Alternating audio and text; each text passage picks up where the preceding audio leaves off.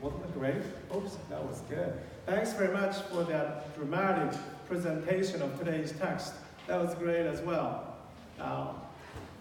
So today's text is about this very isolated and very lonely person named Bartimaeus. Now, Bartimaeus, it means that it's not his real name, but it means son of Timaeus. That's what it means. Bar means son, and Timaeus is his name. Bartimaeus was blind, and he was a beggar. So blind, beggar, Bart. He was living on the street, living on the road on the edge of the town of Jericho. That's what he was, Jericho. Living on town of Jericho. So just picture yourself in today's street person named Bart, living on the edge of downtown Vancouver on East Hastings Street. If you could just picture that, that would be just proper. Just picture that. So he was living on the edge of Jericho, the town of Jericho, which was a retirement. It was luxurious and summer sort of vacation spa place for kings and queens and aristocrats and wealthy merchants of that time. So it was much more similar to when you think about our Vancouver, downtown Vancouver. It's like beautiful and luxurious and all season tourist vacation spa for a playground for oil-rich Calgarians and Edmontonians and or you see young crazy-rich Asians with their crazy-rich parents with $1 million sports cars and zooming back and forth and terrorizing downtown Vancouver. Just think about that, okay? Just that's kind of where this Jericho was like. So he was living on the edge of downtown Vancouver on that street. Living there, and he's been living there for a long time. We don't know how long. Living there for a long time. He is sitting there, he doesn't have anything. He only has cane, he only has a blanket, and that's about what he had, all he had. And he was kind of cold, kind of tired, and hungry, and he was lonely. Very lonely person. And people would just passing by him once in a while, but very rare occasion they would drop some coin for him. When you consider Bartimaeus, because there are a lot of people who are poor at the time, about 15% of population of those people who are living in Galilee were like begging, were like homeless people. 15% of population, but even among 15% of population, you would consider to be 1% at the bottom of that rank because he was blind. He had nobody. He had nobody. So people would just try, even because of that, because so untouchable, he was dirty and smelly and all of that together. So people would just try to avoid him as much as possible. He would just sit there all by himself all day long. And then he heard Jesus of Nazareth was passing through. And then he gathered up all of his courage, and then he shouted, he says, "Jesus, Son of David, have mercy on me, have mercy on me." And then a miracle happened. Jesus restores his sight. And then Jesus said, Bartimaeus, your faith has made you well. Your faith has made you well. I mean, well, that's really remarkable. It's incredible and kind of miraculous event. I mean, I'm not referring to miraculous in the sense that his sight has been restored, because when you think about what all that Jesus has done, all the miracles, and when you really believe that God has created this earth, this miracle would be a very small miracle among all of the things, right? It's incredible, it's miraculous, it's remarkable to me that Jesus said, Bart, your faith has made you well. And it's pointing to his faith as a main factor. And I have a problem with that. Bart and faith, this just don't go well together. I have a problem with that. I mean, I have faith, right? Not some homeless, blind, beggar, dirty, smelly, no-name son of Timmy who's living on the street of East Hastings.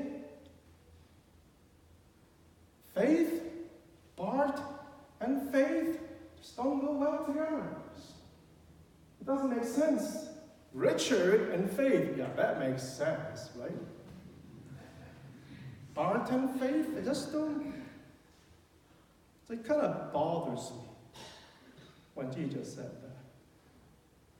But what bothers me much more than that is that Jesus seems to saying that and right in front of my face, directly at me. It says, Richard, yes, that Bart, you know that Bart who's been sitting there all by himself? The Bart, the blind beggar, the dirty, smelly, the untouchable 1% of the poor, yeah, the one that you despised, the one that you try to silence as much as possible, one that you blocked from accessing me. Yeah, that Bart, I'm talking about that guy who's sitting right there on the East Hastings Street. His faith has made him well. But I don't know about your faith, Richard. Now that bothers me. It seems like Jesus was saying that right in front of my face. It like seems to be saying directly at me, and that really bothers me. And that kind of offends me at the same time. It's kind of grossly undermining my faith, right? Kind of violating it. So I'm kind of saying, Jesus, are you kidding me? Right? Are you kidding me? I don't know, Jesus, if I really like you anymore, right? So that's sort of dialogue that I had for the last few weeks as I was reading, reflecting on this text, which I shouldn't have shared that with you this morning, but because since I'm a good neighbor, what's good neighbors are for if you're not to share all the good and bad and even bothersome stuff, right? So I just wanted to pass it on to you so that I don't feel all guilty and bothersome this morning, and you would be a little bit bothered about this text as much. A little bit as much as I do this morning, right? So I feel a bit lighter this morning now, since I shared this with you. Just wanted to pass it on to you, okay? But by saying this, about this, my reflection, how much it's been bothering, besides in sharing all of that, which I really need to dig deeper myself, and which I really need to actually go to have a real deep dialogue over and over again, because I have this kind of unease feeling about this text and how I've been dialoguing myself with this, which I need a little bit more of time. I also want to examine and to talk about the faith factor. What Jesus meant by the part, your faith has made you well. What the faith that really matters. The faith that really matters. Not that it's more important to talk about than my own personal issue that I have, but it's much more easier and safer to talk about objectively, right? About faith is 1, 2, and 3, 4. It's much easier to talk about because since you're a preacher, right? So it's much easier to talk about that. But I still want to let you know that there is one side of me right over here, which I will park it right over there, is that this unease feeling about how I reflected about this still bothers this part. And I might just come back later. It's about the faith factor. Faith is a conviction and belief that Jesus can heal and can make difference in our lives, and it's expressed in our action. So faith is a conviction and action.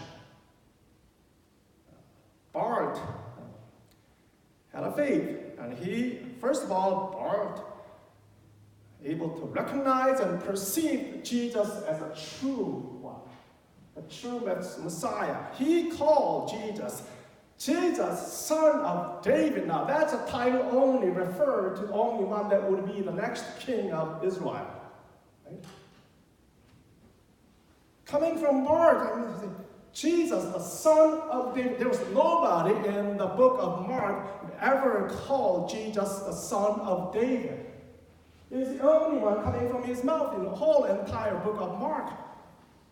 Recognize and perceive Jesus. The only one come close to actually calling Jesus. Close to that title was Pontius Pilate. Remember when Jesus was captured?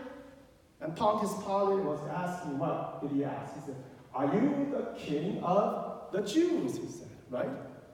And then he actually put the sign at the top of the crucifix, at the top of when Jesus was crucified, at the top of the king of the Jews. But he was much more mockery than anything else. He wanted to mock him, and he wanted to offend all the Jews who crucified him. It wasn't a real title in a sense, right? But this Bart, this homeless, this blind, this beggar, this dirty, this smelly, this no-name Bart recognized and perceived Jesus as the true king of all the disciples. All the people who followed him for 3 years, all the people who actually known him, all the people who actually intimately had a knowledge of him and actually followed him and learned from him and worked with him, ate with him, had very little idea of his true identity. All these people were there. Very little idea of his true identity. Sometimes I wonder if Jesus were to be here with us, whether we could really be able to recognize and perceive Jesus as true Messiah. Probably, first of all, he probably wouldn't be here because most of the times in the gospel, he was actually along with many homeless people and beggars, right? The only time he worked with people who were about as well privileged and wealthy as we are, the only time he was there to try to teach and rebuke. Most times, you're a bunch of hypocrites. That's what he usually said. If he were to be here, then probably would say, "You're a bunch of hypocrites." Well, not to us, in other churches, but not this church. Not this church. We probably would not recognize him, right? Because he was among the people who were out there. And we probably were out there, he was hanging out with this bunch of pot smoking and drug addicts and all these people and say, "Well, that's a kind of the hippie kind of dude over there." And Jesus, are you kidding me? All those religious people, those devout Jews, and all the people who followed Jesus, for all this had an intimate knowledge of Jesus, they did not recognize Jesus. Their eyes were kind of blinded to see Jesus. While Bartimaeus recognized and perceived Jesus, even with his eyes closed and blind.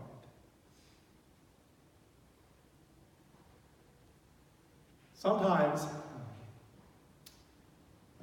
because of how we do our church work, because we are too much religious oriented, because when we think about our faith, when we think about our church work, when we think about our religious stuff and all of this, sometimes we lose and we miss a lot of things.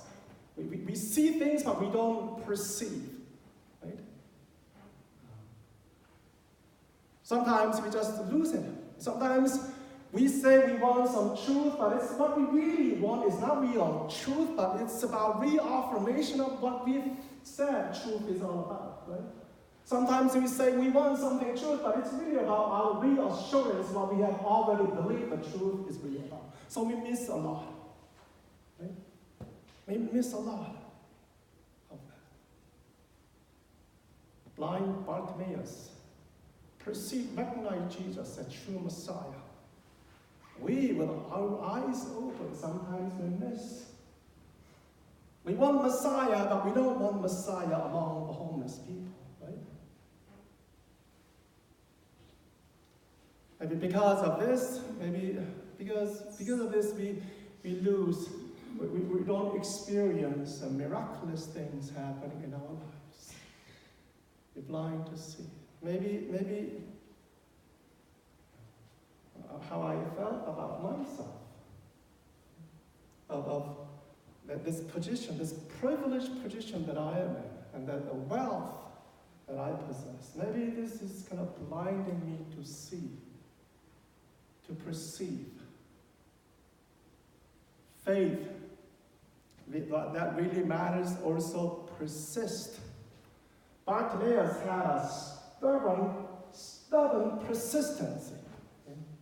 He shouted, "Have mercy on me," and they tried to say, "Shut up, Bart.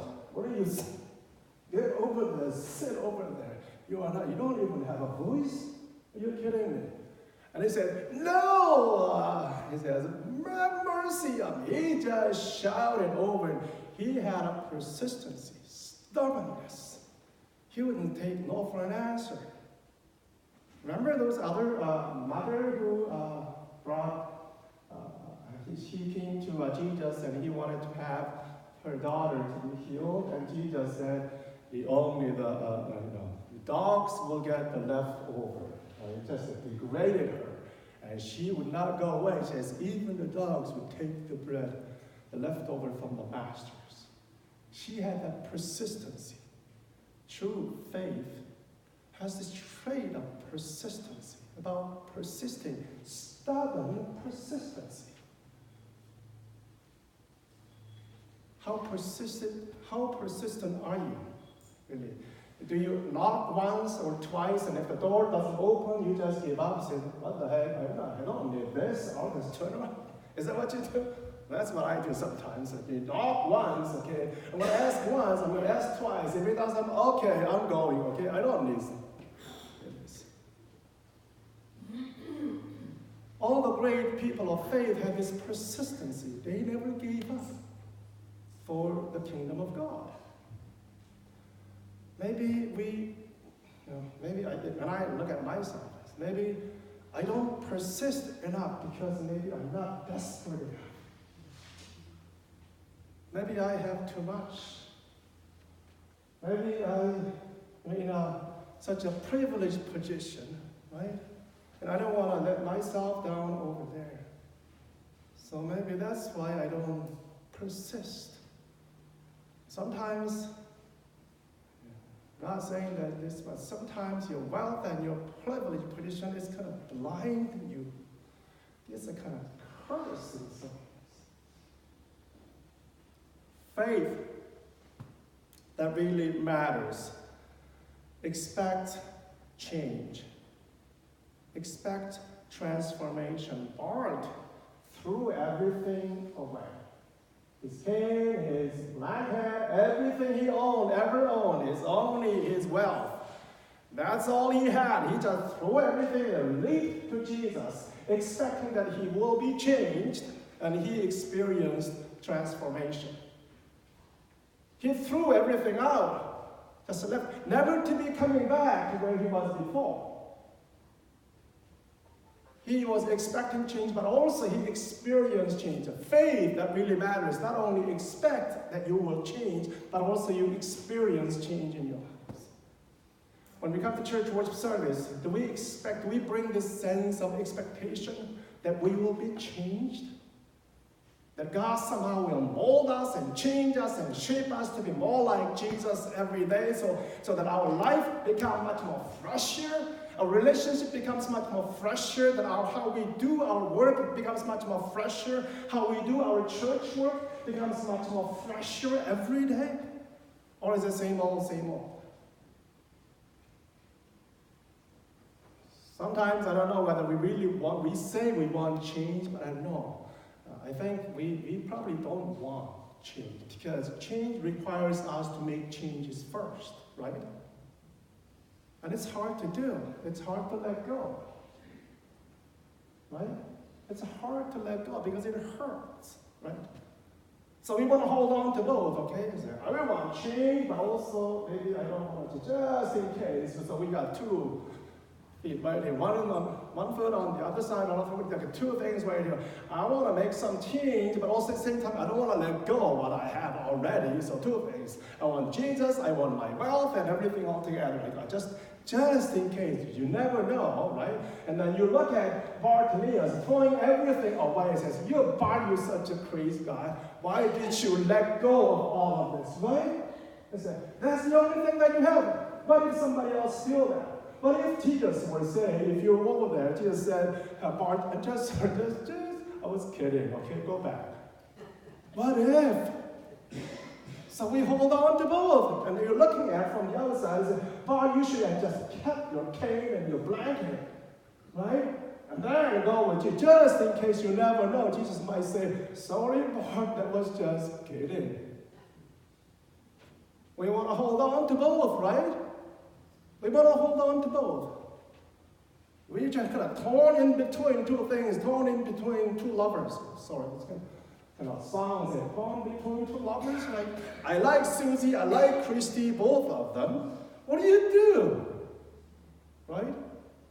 You can't let go of Christy because you like Susie at the same time, right? What do you do? So you let go of Christy and then you go to Susie. Susie says, I like Bart better than you. So you go back to Christy and she says she's gone already. So what do? So you hold on to both, right? Torn in between two things.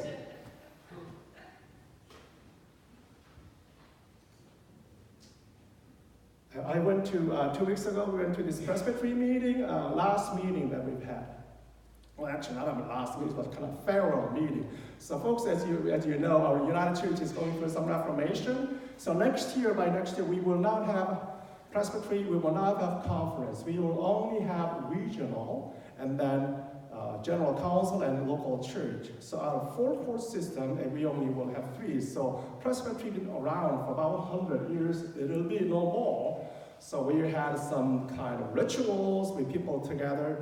We're going through some rituals about letting go, sort of, to make a hissing bye-bye, right? So we had, each one of us had this cocoon made up of some sort of ball, right? And so we had that, and each one of us were to actually ask to come forward and drop the cocoon in the basket, and we'll take, there's a stick with a butterfly at the top, and so we take that, okay? So cocoon to butterfly, you get that, folks? The transformation, right? This?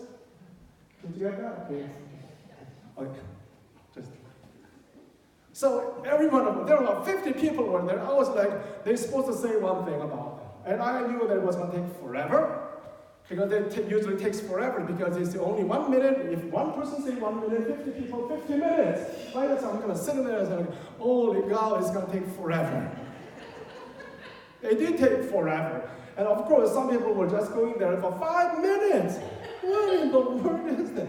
So anyway, when my turn came over, I went up there, I just said some lame thing. I said, okay, well, I was here, I've been here since January, so I don't have much to say. And I said, let's just have a great food and a great story. And I just put it over there and just went there. Kind of lame thing, right? But what I really should have said was to bring that, let it go, folks. Let it go. Let it go. And it would take that, fly away. Fly away. That's what I should have said. But I said some lame thing like that. Let it go and fly. Unless we let go, folks, we cannot fly away. Right? You can't hold on to 2 things. You just cannot do that. Faith that really matters, not only expects, but also experience transformation. And lastly, today's sermon is a bit long. I mean, yesterday was forum. I should take it shorter today, but anyway. So lastly, when Bartimaeus received his sight, and Jesus said, go away. Go, I didn't say go away, I said, go, Bart. Bart actually followed Jesus.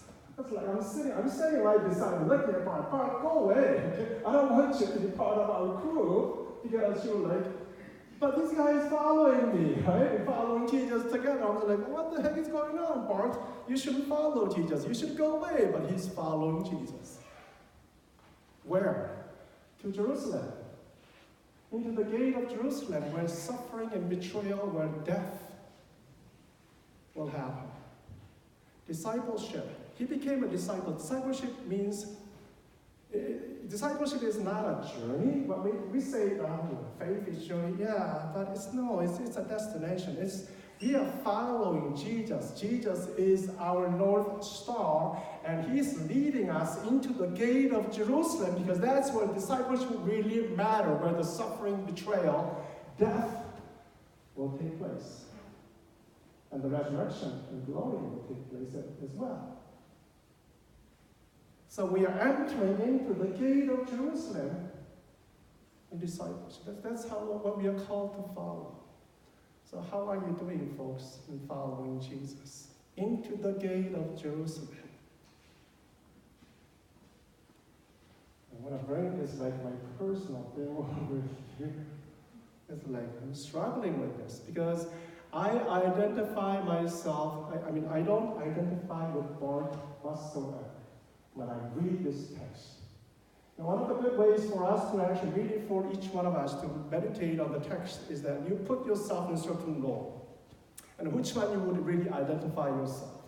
And I read the scripture over and over again, and I said, I just cannot identify with the Bartimaeus whatsoever in any forms and shapes. I identify myself with the disciples or bystanders who try to push him away. And it really bothers me. Okay? It really bothers me. And that's okay. Because I don't have any answer for that, but it's my personal struggle that I probably will need to dig deeper. Maybe that's what you need to do as well if you read a text like this. Struggle.